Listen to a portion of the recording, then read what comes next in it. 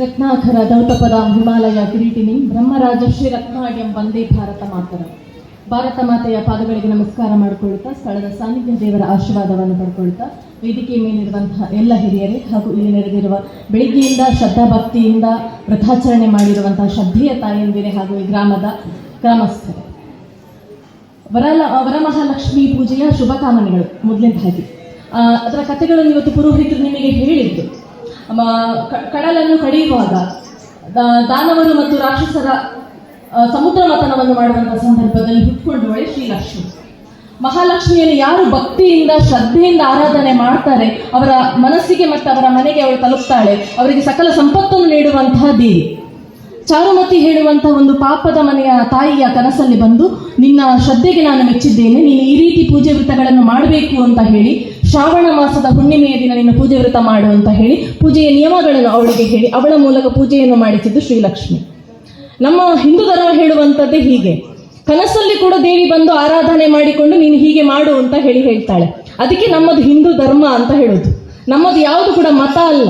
ನೀವು ಹೊರ ಸಮಾಜದಲ್ಲಿ ಬೇರೆ ಬೇರೆ ಮತಗಳನ್ನು ನೋಡ್ಬೋದು, ಅದು ಮತಾಂತರ ಮಾಡುವಂತ ಕೆಲಸಗಳನ್ನು ಮಾಡ್ತದೆ. ಆದ್ರೆ ನನ್ನ ಧರ್ಮವನ್ನು ಹಬ್ಬಿಸುವಂತ ಕೆಲಸಗಳನ್ನು ಮಾತ್ರ ಮಾಡ್ತದೆ. ನಮ್ಮಲ್ಲಿ ಮಹಿಳೆಯರಿಗೆ ವಿಶೇಷವಾದ ಸ್ಥಾನ ಇದೆ.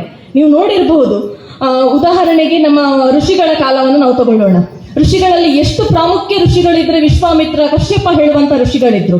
ಅವರ ರೀತಿಯೇ ವೇದ ಪುರಾಣಗಳನ್ನು ಮಾಡಿರುವಂತಹ ಋಷಿಕಿಗಳಿದ್ರು. ಗಾರ್ಗಿ, ಮೈತ್ರಿ ಅಂತ ಹೇಳುವವರು ಅವರ ಹಾಗೆ ಸಾಧನೆ ಮಾಡಿದಂತಹ ಋಷಿಗಳು. ನಮಗೆ ಗೊತ್ತಿಲ್ಲ ಇಂಥ ಋಷಿಕಗಳು ನಮ್ಮ ಜಗತ್ತಲ್ಲಿ ಇದ್ರು ಅಂತ. ಅದೆಷ್ಟೋ ವೇದ ಪುರಾಣಗಳನ್ನು ಮಾಡಿದ್ದಾರೆ, ಅದೆಷ್ಟೋ ಸ್ತೋತ್ರಗಳನ್ನು ಮಾಡಿದ್ದಾರೆ, ಶಂಕರಾಚಾರ್ಯರ ಶಿಷ್ಯರಾಗಿ ಕೂಡ ಕೆಲಸಗಳನ್ನು ಮಾಡಿದ್ದಾರೆ. ಅದರ ನಂತರ ನಾವು ನೋಡಬೇಕಾದದ್ದು ಮಹಾಭಾರತ ರಾಮಾಯಣದ ಕಥೆಗಳು. ಮಹಾಭಾರತದ ಕಥೆಗಳನ್ನು ನಾವು ಕೇಳಿದ್ದೇವೆ, ಅದನ್ನು ನಾವು ನಮ್ಮ ಜೀವನದಲ್ಲಿ ಅನುಸರಿಸ್ಕೊಂಡಿದ್ದೇವೆ. ಭಗವದ್ಗೀತೆ ನಮ್ಮ ಹಿಂದೂ ಧರ್ಮದ ಗೀತೆ ಅಂತ ಹೇಳಿ ನಾವು ಪಠಣವನ್ನು ಮಾಡ್ತೇವೆ. ಆದರೆ ಭಗವದ್ಗೀತೆ ಶ್ರೀಕೃಷ್ಣ ಮಾಡಿದ್ರೂ ಕೂಡ ಅದಾಗಿರುವಂಥದ್ದು ಧರ್ಮಸ್ಥಾಪನೆಗಾಗಿ. ಆ ಧರ್ಮಸ್ಥಾಪನೆಗೆ ಮೂಲ ಕಾರಣ ಯಾರು ಹೇಳಿದ್ರೆ, ನಮ್ಮ ಹಿಂದೂ ಸಮಾಜದ ಮಹಿಳೆಯಾಗಿರುವಂತಹ ದ್ರೌಪದಿ. ರಜಸ್ವಾಲೆಯಾಗಿರುವಂತಹ ದ್ರೌಪದಿ ತುಂಬಿದ ಸಭೆಗೆ ಬರ್ಲಿಕ್ಕಾಗುವುದಿಲ್ಲ. ಅಂತಹ ಸಂದರ್ಭದಲ್ಲಿ ಅವಳ ಪತಿಯರು ಅವಳನ್ನು ಜೂಜಿಗಿಟ್ಟಂತಹ ಸಂದರ್ಭದಲ್ಲಿ ಅಣ್ಣನ ಸಮನಾಗಿರುವಂತಹ ಭಾವ ಯಾವಾಗ ಅವಳ ಸೆರಗಿಗೆ ಕೈ ಹಾಕಿ ಅವಳನ್ನು ಎಳೆದು ಸಭೆಗೆ ತರ್ತಾನಲ್ಲ, ಆಗ ಅವಳು ಶಪಥ ಮಾಡ್ತಾಳೆ. ಶ್ರೀಕೃಷ್ಣ ಪರಮಾತ್ಮ ಅವಳಿಗೆ ಆ ಅಕ್ಷರಾಂಬವನ್ನು ನೀಡ್ತಾನೆ. ಆಗ ಅವಳು ಏನ ಒಂದು ಆಜ್ಞೆಯನ್ನು ಮಾಡ್ತಾಳೆ ಹೇಳಿದ್ರೆ, ಯಾವ ತೊಡೆಯಲ್ಲಿ ಬಂದು ನನ್ನನ್ನು ಕೂತ್ಕೋ ಅಂತ ಹೇಳಿದಿ, ಆ ತೊಡೆಯನ್ನು ಕತ್ತರಿಸಿ ನಾನು ನನ್ನ ಮುಡಿಯನ್ನು ಕಟ್ತೇನೆ ಅಂತ ಹೇಳುವಂಥದ್ದು ದ್ರೌಪದಿಯ ಆಜ್ಞೆಯಾಗಿತ್ತು. ರಾಮಾಯಣ ಕಥೆಗಳನ್ನು ನಾವು ಕೇಳಿದ್ದೇವೆ, ನಮ್ಮ ಮಕ್ಕಳಿಗೆ ನಾವು ಹೇಳ್ತಾ ಇದ್ದೇವೆ. ಆದರೆ ರಾಮಾಯಣ ಕಥೆಯ ಮೂಲ ಉದ್ದೇಶ ಏನು? ರಾಮನ ಶೌರ್ಯದಿಂದ ರಾವಣನನ್ನು ಸಾಯಿಸಿದ್ದಲ್ಲ. ರಾವಣ ಪರಾಕ್ರಮಿ, ಅವನು ಉತ್ತಮವಾದಂತಹ ಬ್ರಾಹ್ಮಣ.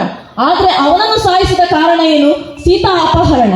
ಅಂದ್ರೆ ಒಂದು ಮಹಿಳೆಯಿಂದನೇ ರಾಮಾಯಣ ಆಗಿರುವಂಥದ್ದು, ಒಂದು ಮಹಿಳೆಯಿಂದನೇ ದ್ರೌಪದಿಯಿಂದನೇ ಮಹಾಭಾರತ ಆಗಿರುವಂಥದ್ದು. ಇವೆಲ್ಲವನ್ನು ನಾವು ಮೆಲುಕು ಹಾಕೊಳ್ಬೇಕು. ಅದರ ಜೊತೆ ನಮ್ಮ ಸ್ವತಂತ್ರ ಪೂರ್ವದ ಹೋರಾಟಗಳನ್ನು ನಾವು ಮರಿಬಾರ್ದು. ನಾನಿದನ್ನು ಯಾಕೆ ಹೇಳ್ತಿದ್ದೇನೆ ಹೇಳಿದ್ರೆ, ನಮ್ಮ ಹಿಂದೂ ಸಮಾಜ ಎಂಥ ಮಹಿಳೆಯರನ್ನು ಭಾರತಕ್ಕೆ ಕೊಟ್ಟಿದೆ ಅಂತ. ನಮ್ಮ ಸುತ್ತಮುತ್ತಲೇ ಇರುವಂತಹ ಅಬ್ಬಕ್ಕ ದೇವಿಯನ್ನು ಉದಾಹರಣೆಯಾಗಿ ತಗೊಳ್ಳಿ. ತನ್ನ ಗಂಡನನ್ನೇ ಧಿಕ್ಕರಿಸಿ, ಗಂಡ ಯಾವಾಗ ದಾಸ್ಯದ ಬದುಕಲ್ಲಿ ಬದುಕ್ತಾನೆ ಹೇಳುವಾಗ ಅವನನ್ನೇ ಧಿಕ್ಕರಿಸಿ ಉಳ್ಳಾಳ ಅಂತ ಹೇಳುವಂಥದ್ದನ್ನು ದಾಸ್ಯ ಮುಕ್ತ ಮಾಡಬೇಕು ಅಂತ ಹೇಳಿ ಇಡೀ ಸಾಮ್ರಾಜ್ಯದ ಹೋರಾಟಕ್ಕೆ ನಿಲ್ತಾಳೆ. ಕೊನೆಗೆ ಅವಳು ಶರಣಾಗತಿ ಆದ್ರೂ ಕೂಡ ಆ ಹೋರಾಟದಲ್ಲಿ ಅವಳು ಮಡಿತಾಳೆ. ಅವಳನ್ನೇ ಉದಾಹರಣೆಯಾಗಿ ಇಟ್ಟುಕೊಂಡು ಬಂದಂತಹ ಚೆನ್ನಭೈರಕ ದೇವಿ ಇರ್ಬೋದು, ಕೆಳದಿ ಚೆನ್ನಮ್ಮ ಇರ್ಬೋದು, ಇವರೆಲ್ಲರನ್ನು ನಾವಿವತ್ತು ನಿದರ್ಶನವಾಗಿ ಇಟ್ಟುಕೊಳ್ಬೇಕು. ದತ್ತು ಮಕ್ಕಳಿಗೆ ಹಕ್ಕಿಲ್ಲ ಅಂತ ಹೇಳಿ ನಮ್ಮನ್ನು ಆಳ್ಲಿಕ್ಕೆ ಬಂದ ಪೋರ್ಚುಗೀಸರು ಹೇಳ್ತಾರೆ. ಆವಾಗ ಅದು ಯಾವುದಕ್ಕೂ ಹಿಂದೇಟು ಹಾಕದೆ ಆ ದತ್ತು ಮಗುನನ್ನೇ ಹೆಗಲಲ್ಲಿ ಕಟ್ಟಿಕೊಂಡು ಝಾನ್ಸಿ ಮೇರಿ ಹೇ, ಈ ಮಿಟ್ಟಿ ಹೇ ಮೇರಿ ಹೇ ಅಂತ ಹೇಳಿ ಹೋರಾಡ್ತಾಳಲ್ಲ, ಅಂತಹ ಝಾನ್ಸಿ ರಾಣಿ ಲಕ್ಷ್ಮೀಬಾಯಿ ನಮ್ಮ ಆದರ್ಶವಾಗಬೇಕು. ಇಡೀ ಭಾರತವನ್ನು ಇವತ್ತು ನೀವು ನೋಡಬಹುದು, ಭಾರತ ವಿಶ್ವಗುರುವತ್ತ ಸಾಗ್ತಾ ಇದೆ. ಮೊದಲು ವಿಶ್ವಗುರುವೇ ಆಗಿತ್ತು. ಯಾಕೆ ಹೇಳಿದ್ರೆ ಭಾರತವೇ ಯೋಗವನ್ನು ಕೊಟ್ಟಿರುವಂಥದ್ದು, ಭಾರತವೇ ಆಯುರ್ವೇದಿಕವನ್ನು ಕೊಟ್ಟಿರುವಂಥದ್ದು, ಸೊನ್ನೆಯನ್ನು ಕಂಡು ಹಿಡಿದದ್ದು ಕೂಡ ಭಾರತ. ಇವತ್ತು ಭಾರತ ವಿಶ್ವಗುರುವತ್ತ ಸಾಗ್ತಾ ಇರಬೇಕು ಹೇಳಿದ್ರೆ, ಭಾರತದ ಆರ್ಥಿಕ ವ್ಯವಸ್ಥೆ ಯಾರು ನಡೆಸ್ತಾ ಇದ್ದಾಳೆ ಹೇಳಿದ್ರೆ, ಅವಳು ಧೀಮಂತ ಮಹಿಳೆ ದಕ್ಷಿಣ ಭಾರತದ ನಿರ್ಮಲಾ ಸೀತಾರಾಮನ್. ಇನ್ನು ಭಾರತದ ರಾಷ್ಟ್ರಪತಿ ಯಾರು ಕೇಳಿದ್ರೆ ಅದು ಕೂಡ ಮಹಿಳೆ.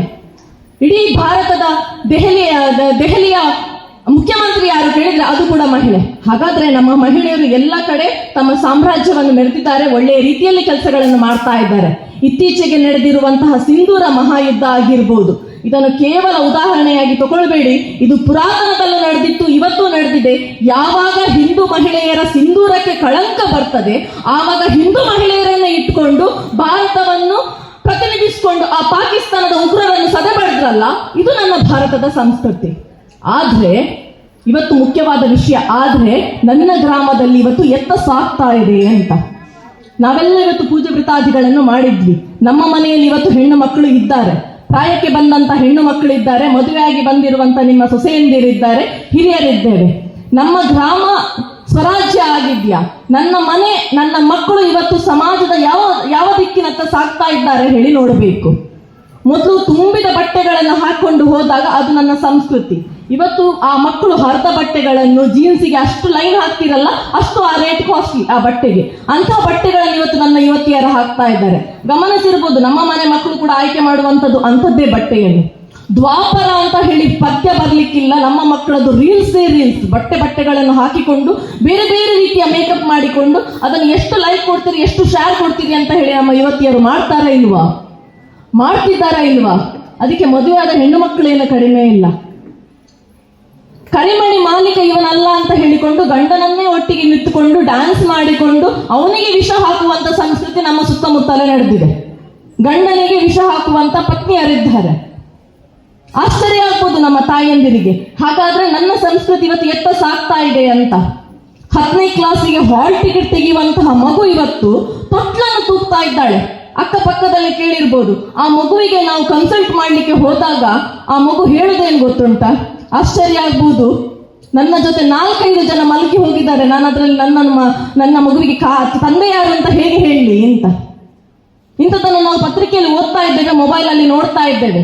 ಹಾಗಾದ್ರೆ ನಮ್ಮ ಮಕ್ಕಳನ್ನು ನಾವು ಇವತ್ತು ಹೇಗೆ ಬೆಳೆಸಬೇಕು ಅಂತ. ಲಕ್ಷ್ಮಿಯನ್ನು ಪೂಜೆ ಮಾಡ್ತೇವೆ, ಸರಸ್ವತಿಯನ್ನು ಪೂಜೆ ಮಾಡ್ತೇವೆ, ನವರಾತ್ರಿಗೆ 9 ದುರ್ಗೆಯನ್ನು ಪೂಜೆ ಮಾಡ್ತೇವೆ. ಯಾಕೆ ನನ್ನ ಮಗಳನ್ನು ಲಕ್ಷ್ಮಿ ತರ ಪೂಜೆ ಮಾಡಿಸ್ಲಿಕ್ಕೆ ಸಾಧ್ಯ ಇಲ್ವಾ ನನ್ನಿಂದ? ನನ್ನ ಮಕ್ಕಳಿಗೆ ಇವತ್ತು ಸರಸ್ವತಿ ರೀತಿಯಲ್ಲಿ ಪೂಜೆ ಮಾಡಲಿಕ್ಕೆ ಸಾಧ್ಯ ಇಲ್ವಾ? ನವದುರ್ಗೆಯನ್ನು ನಾವು ಆರಾಧಿಸ್ತೇವಲ್ಲ, ಆ ನವದುರ್ಗೆಯರು ಕೂಡ ನನ್ನ ಮಗಳಲ್ಲೇ ಕಾಣಲಿಕ್ಕೆ ನಾನು ಯಾಕೆ ಸಾಧ್ಯ ಆಗ್ತಾ ಇಲ್ಲ? ಸಂಸ್ಕೃತಿ ಬದಲಾಗುವತ್ತ ನಾವು ತಾಯಂದಿರು ಬದಲಾಗಬೇಕು. ಮೊಘಲ್ ಆಕ್ರಮಣ ಆಯಿತು ಭಾರತದ ಮೇಲೆ. ಜೀಜಾಬಾಯಿ ಒಂದೇ ಶಪಥ ಮಾಡಿರುವಂಥದ್ದು, ಆ ಮೊಘಲನನ್ನು ಸದೆ ಬಡಿಯುವುದು ನನ್ನ ಮಗ ಅಂತ. ಅವಳಿಗೆ ಗೊತ್ತಿಲ್ಲ ಇದು ಸಾಧ್ಯನಾ ಇಲ್ವಾ ಅಂತ. ತಿನ್ನುವ ಪ್ರತಿ ಒಂದು ಅನ್ನದಲ್ಲೂ ದೇಶಾಭಿಮಾನವನ್ನು ಬೆಳೆಸಿದ್ದಾಳೆ. ಅದಕ್ಕೆ ಇವತ್ತು ಆ ಮೊಘಲ್ ಸಾಮ್ರಾಜ್ಯದ ಸಿಂಹಸಪ್ನವಾಗಿ ಕಂಡಂಥದ್ದು ಶಿವಾಜಿ ಮಹಾರಾಜ. ಹಾಗಾದ್ರೆ ನನ್ನ ಮಗಳನ್ನು ನನ್ನ ಧರ್ಮ ರಕ್ಷಣೆಗೆ ನಿಲ್ಲಿಸಲಿಕ್ಕೆ ಸಾಧ್ಯ ಇಲ್ವಾ? ನನ್ನ ಮಗಳಿಗೆ ನನ್ನ ಆಚಾರ ಪದ್ಧತಿಗಳನ್ನು ಹೇಳಿಕೊಳ್ಳಲಿಕ್ಕೆ ಸಾಧ್ಯ ಇಲ್ವಾ? ಮಕ್ಕಳಿಗೆ ನಮಗೆ ಅರಿವಿಲ್ಲದ ಕಾಸ್ಟ್ಲಿ ಮೊಬೈಲ್ಗಳನ್ನು ತೆಗೆದುಕೊಡ್ತೇವೆ. ಆ ಮೊಬೈಲಲ್ಲಿ ಮಕ್ಕಳು ಏನು ಮಾಡ್ತಿದ್ದಾರೆ ನಮಗೆ ಗೊತ್ತಿಲ್ಲ. ಆ ಮಕ್ಕಳೊಟ್ಟಿಗೆ ಕೂತ್ಕೊಳ್ಳೋ ಒಂದು 10 ನಿಮಿಷ ಸಮಯ ನಮಗಿದೆಯಾ? ನಾವೇ ಸೀರಿಯಲ್ ಮುಂದೆ ಮನೆಯೊಂದು 3 ಬಾಗಿಲು ಅಂತ ಹೇಳಿ ಸೀರಿಯಲ್ ಅಲ್ಲಿ ಮುಂದೆ ಕೂತ್ಕೊಂಡ್ರೆ ನಮ್ಮ ಮನೆ 3 ಬಾಗಿಲಾಗದೆ ಇರ್ತದ? ಬದಲಾಗಬೇಕಾದದ್ದು ನಾವು ತಾಯಂದಿರು ಇವತ್ತು ಬದಲಾಗಬೇಕಾದದ್ದು.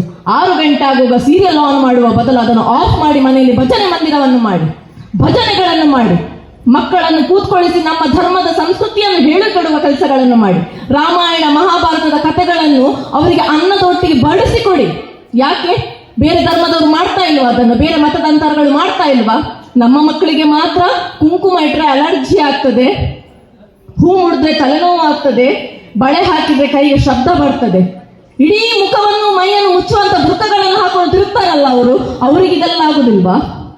ಆಗ್ತದೆ. ಬದಲಾವಣೆ ನಮ್ಮಿಂದ ಆಗಬೇಕು.